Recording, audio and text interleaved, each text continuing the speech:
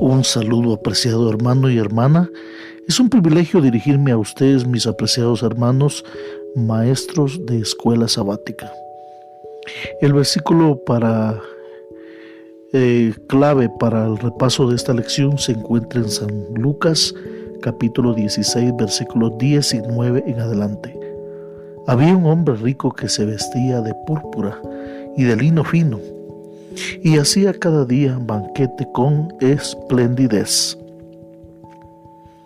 El versículo 20 continúa diciendo: había también un mendigo llamado Lázaro, que estaba echado a la puerta de aquel, lleno de llagas, y ansiaba saciarse de las migajas que caían de la mesa del rico, y aún los perros venían y le lamían las llagas. Aconteció que murió el mendigo y fue llevado por los ángeles al seno de Abraham, y murió también el rico, y fue sepultado. Y en el Hades alzó sus ojos, estando en tormentos, y vio desde lejos a Abraham y a Lázaro en su seno. Entonces él, dando voces, dijo: Padre Abraham, ten misericordia de mí, y envía a Lázaro para que moje la punta de su dedo en agua y refresque mi lengua, porque estoy atormentado en esta llama. Pero Abraham le dijo: Hijo, acuérdate que recibiste tus bienes en tu vida, y Lázaro también males, pero ahora este es consolado aquí, y tú atormentado. Además de todo esto, una gran sima está puesta entre nosotros y vosotros, de manera que los que quisieran pasar de aquí a vosotros no pueden, ni de allá para acá. Entonces le dijo: te ruego pues, Padre, que le envíes a la casa de mi padre, porque tengo 5 hermanos, para que les testifique, a fin de que no vengan ellos también a este lugar de tormento. Y Abraham le dijo: a Moisés y a los profetas tienen, óiganlos. Él entonces dijo: no, Padre Abraham, pero si alguno fuere a ellos de entre los muertos, se arrepentirán. Mas Abraham le dijo: si no oyen a Moisés y a los profetas, tampoco se persuadirán, aunque alguno se levantare de los muertos. Bien, mi apreciado hermano y hermana, es importante poder examinar la lección de esta semana, porque esta lección examina pasajes bíblicos que algunos sugieren que son promotores de la inmortalidad del alma o de la existencia de un infierno que arde para siempre. Y los pasajes, vamos a analizarlos, son los siguientes. A continuación, el primero de ellos, Lucas 16, 19 al 31, que fue el que hemos leído en este momento. Entonces, mi apreciado maestro de escuela sabática, aquí tenemos una parábola sobre el hombre rico y el pobre Lázaro.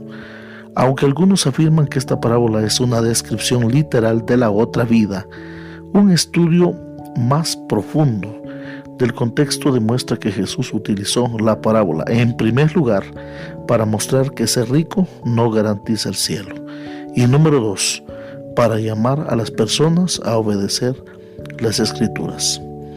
El segundo pasaje que analiza la lección de esta semana es Lucas 23, 43, cuando Jesús le dice al ladrón en la cruz: hoy estarás conmigo en el paraíso.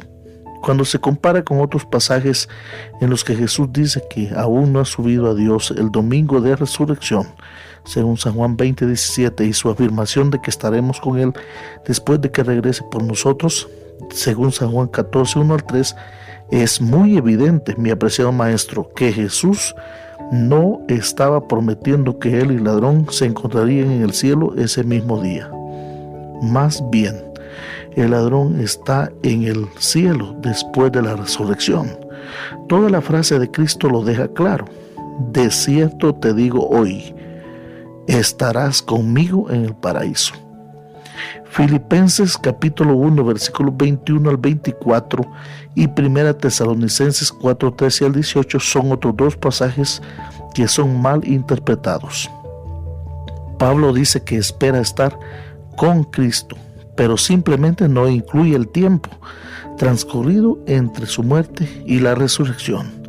El cuarto pasaje que analiza la lección esta semana es 1 de Pedro 3:13 al 20.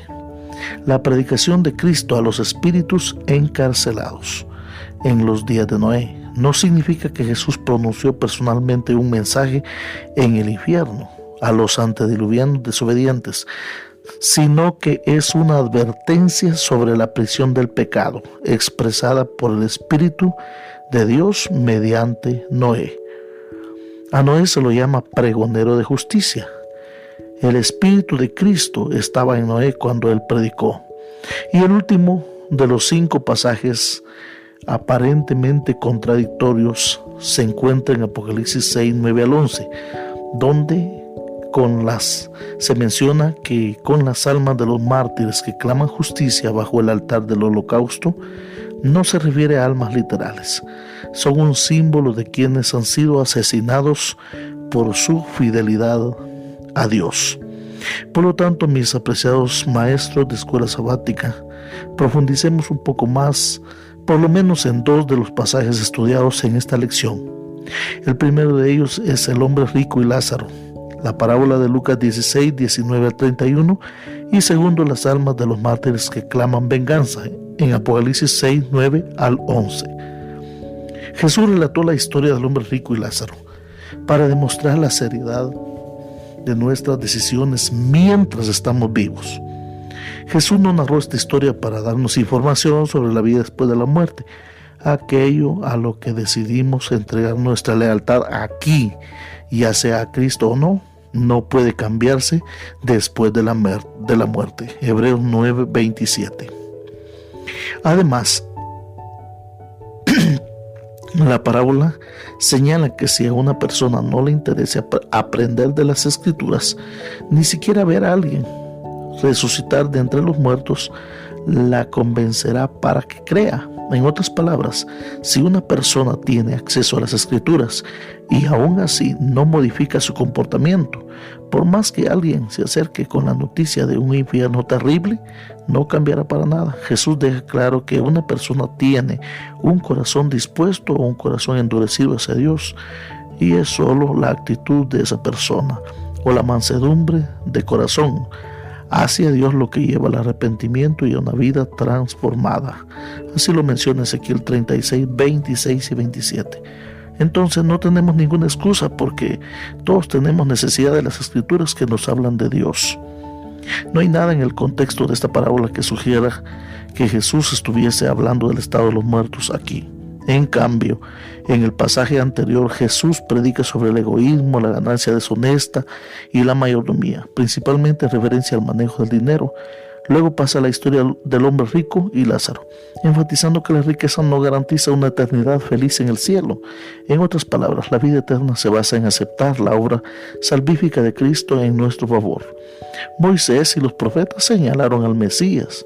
Algunos han protestado que esta historia no debería llamarse parábola, porque comienza con había un hombre rico, en lugar de especificar que es una parábola. Pero el argumento no se sostiene, porque hay otras parábolas que comienzan de la misma manera como la anterior, que comienza con la misma frase: había un hombre rico. Los detalles de la historia también refutan la idea de que sea una descripción literal de un infierno ardiente, y en primer lugar sería imposible de que alguien se esté quemando vivo sienta alivio porque un dedo sumergido en agua refresque su lengua. Eso sería realmente imposible. Segundo, la estrecha distancia entre el cielo y el infierno haría imposible que alguien pudiera disfrutar de su estadía en el cielo si en cualquier momento pudiera tener una conversación con un ser querido que está a su lado, que está ardiendo por la eternidad. La promesa del libro de Apocalipsis de que no habrá más dolor, tristeza ni lágrimas en el cielo nunca se cumpliría. Apocalipsis 21:4. Podemos estar agradecidos de que esta parábola realmente no representa la realidad. Servimos a un Dios que no tortura a nadie por la eternidad.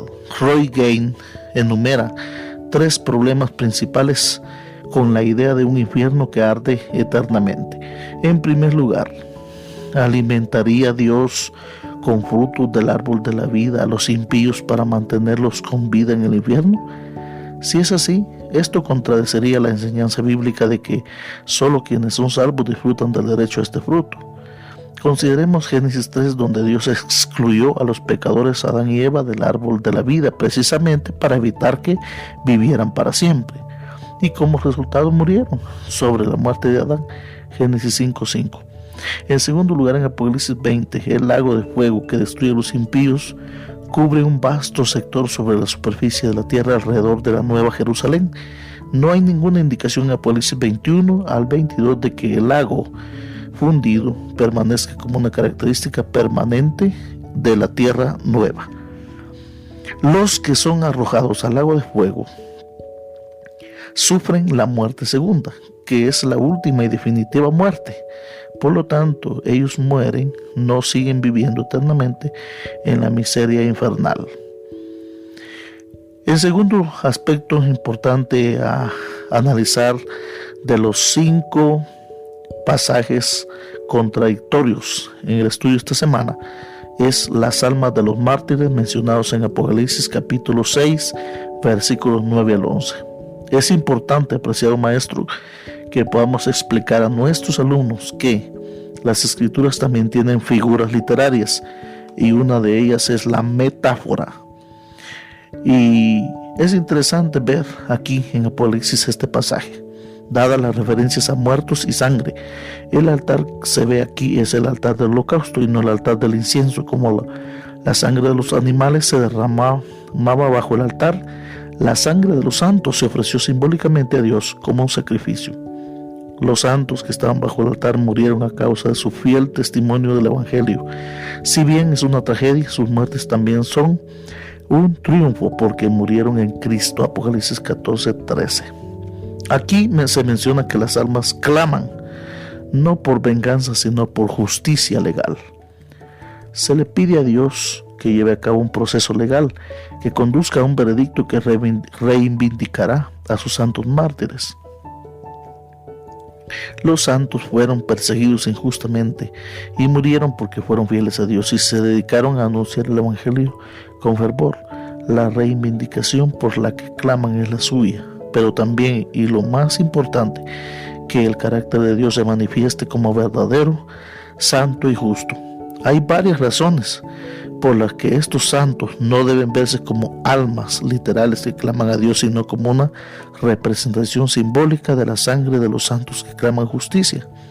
Y en primer lugar es de notar que el altar del holocausto estuviera ubicado en el atrio exterior del templo, porque, como señala Ranko Stefanovic en su comentario, eso significa que la escena representada aquí no tiene lugar en el templo celestial, sino en la tierra. Eso aparece en el comentario sobre comentario sobre la revelación de Jesucristo, página 244. De este modo, el atrio exterior simbolizaba la tierra, por lo tanto las almas de los que habían sido muertos están clamando desde la tierra y no pueden, por ende, ser espíritus que estén vivos en el cielo. En segundo lugar, después de que los santos se les dan vestiduras blancas que representan la justicia de Cristo, se les dijo a los mártires que esperaran un poco más, hasta que la totalidad de sus consiervos, sus hermanos y sus hermanas, fueran martirizados así como ellos. Apocalipsis 6:11. Literalmente se les dice que descansen todavía un poco de tiempo. La palabra para descansar es anapao y se traduce como descansar, refrescarse, detenerse o incluso morir. También es utilizada en el libro de Apocalipsis capítulo 14, versículo 13, donde dice: bienaventurados de aquí en adelante los que muertos que mueren en el Señor. Sí, dice el Espíritu, descansarán, anapao, de sus trabajos, porque sus obras con ellos siguen. Este grupo aparece de nuevo cuando resucitan en la segunda venida. Así lo dice: vi también las almas de los que habían sido decapitados por causa del testimonio de Jesús. Volvieron a vivir y reinaron con Cristo 1000 años. Apocalipsis 24. Está muy claro, mi apreciado maestro, y es de aclarar a cada uno de los alumnos en la clase que en este momento cobran vida, ya no eran almas, espíritus vivientes. o esa declaración sería innecesaria. Por lo tanto, la descripción de su descanso por un poco más de tiempo, cuando se combina con la idea de dormir, que se utiliza en toda la Biblia para denotar la muerte, lleva al lector a entender que los santos decapitados debían permanecer en sus tumbas un poco más, es decir, hasta la segunda venida de Cristo Jesús. Y parte del repaso de la lección de escuela sabática es también aplicación a la vida. Aquí nosotros encontramos, debido a que el punto principal de la historia del hombre rico y Lázaro es aferrarnos a las enseñanzas de las Escrituras y permitir que ellas nos transformen. ¿De qué necesitas que Dios te hable? Es la primera pregunta. ¿Qué tiene que ver con la acumulación de cosas materiales y riquezas y de vivir rodeado de lujos como el hombre rico? ¿O es algo completamente diferente? Quizás otras formas de egoísmo, codiciar lo que otros tienen en lugar de tener contentamiento con lo propio, pensar que mis opiniones y mi forma de ser son las mejores. ¿En qué aspecto necesitamos el poder transformador de Dios en nuestra vida? Tomémonos un tiempo, mi apreciado maestro, para entregarle esto a Dios en oración. Toma un tiempo en la clase para ver que si alguien está siendo atribulado por estas cosas materiales, recordemos la frase: recuerda que recibiste tus bienes en tu vida. Esa es una frase muy importante de la parábola. Segundo, morir como mártir no es algo deseable. Sin embargo, Jesús afirmó: el que haya su vida la perderá, y el que pierde su vida por causa de mí la hallará. Mateo 10:39. Podríamos estar tan preocupados por perder la vida que olvidamos nuestra misión de contar a otros acerca de Jesús. ¿Cómo podemos mantener esa misión ante todo? ¿Qué podemos aprender acerca de la diferencia entre clamar por venganza humana y clamar para que Dios administre justicia divina? Mi apreciado maestro, ayuda al alumno para que, si le han hecho algo, alguna injusticia, si le han hecho alguna maldad, que pueda tomar ejemplo de estos mártires, dejar a Dios la venganza y clamar a Dios para que Él se encargue de ello. ¿Cómo podemos dejar las cosas en las manos de Dios y confiar en Él para que se ocupe de nuestra vida? Mi apreciado maestro, quiero orar para que Dios pueda utilizarle en el repaso de esta lección. Siempre en el grupo de apoyo a los maestros estaremos publicando los diferentes bosquejos de la mejor autoría para que cada uno de ustedes puedan hacerlo de una mejor manera. Querido Padre Celestial, muchas gracias, Señor, por el Espíritu Santo, que es el que nos guía a toda la verdad. Oro en esta oportunidad por cada uno de nuestros maestros de escuela sabática para que los use poderosamente, que profundicen, Señor, en el estudio de cada uno de los aspectos de esta lección. Bendice su clase. Lo agradecemos en el nombre poderoso de Cristo Jesús. A Él sea la honra y la gloria por los siglos de los siglos. Amén y amén.